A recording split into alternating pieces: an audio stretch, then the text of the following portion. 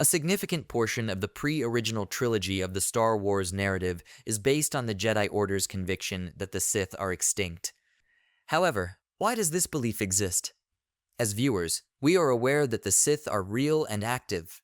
They are merely hidden during the High Republic era, which sets up the events of the prequel trilogy. As seen in Revenge of the Sith were just waiting for their very exact moment to strike in order to take control of the Republic and transform it into the Empire. However, why did the Jedi feel so strongly that the Sith were extinct? The most conclusive solutions can be found in the discontinued Star Wars expanded universe, currently known as Legends. Despite not being canonical, many of the concepts from these stories still hold true for the new Star Wars narratives that are being released today. It occurs during a conflict between the Sith and Jedi in the Old Republic era, beginning after the Sith were defeated, or more than a millennium before the events of the Phantom Menace. The Republic enjoyed nearly complete sovereignty over the galaxy for over a millennium.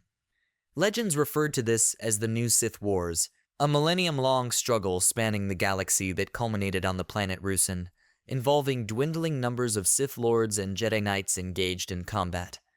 The Jedi Army of Light and the Sith Brotherhood of Darkness fought one another on Ruusan, and their usage of the Thought Bomb proved to be the decisive factor in the conflict.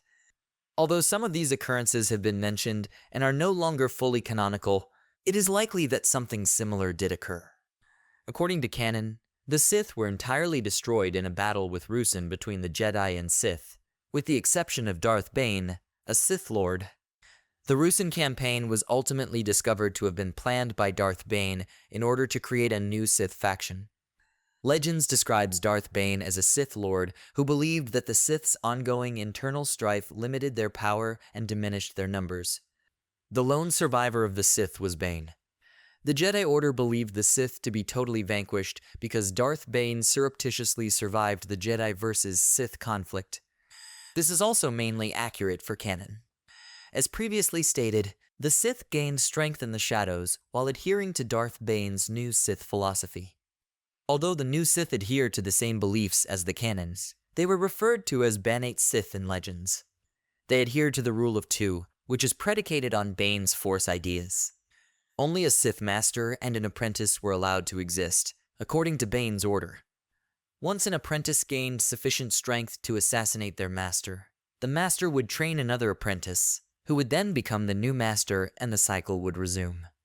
The Acolyte reveals that the Jedi either never saw the Sith or never lived to tell the story.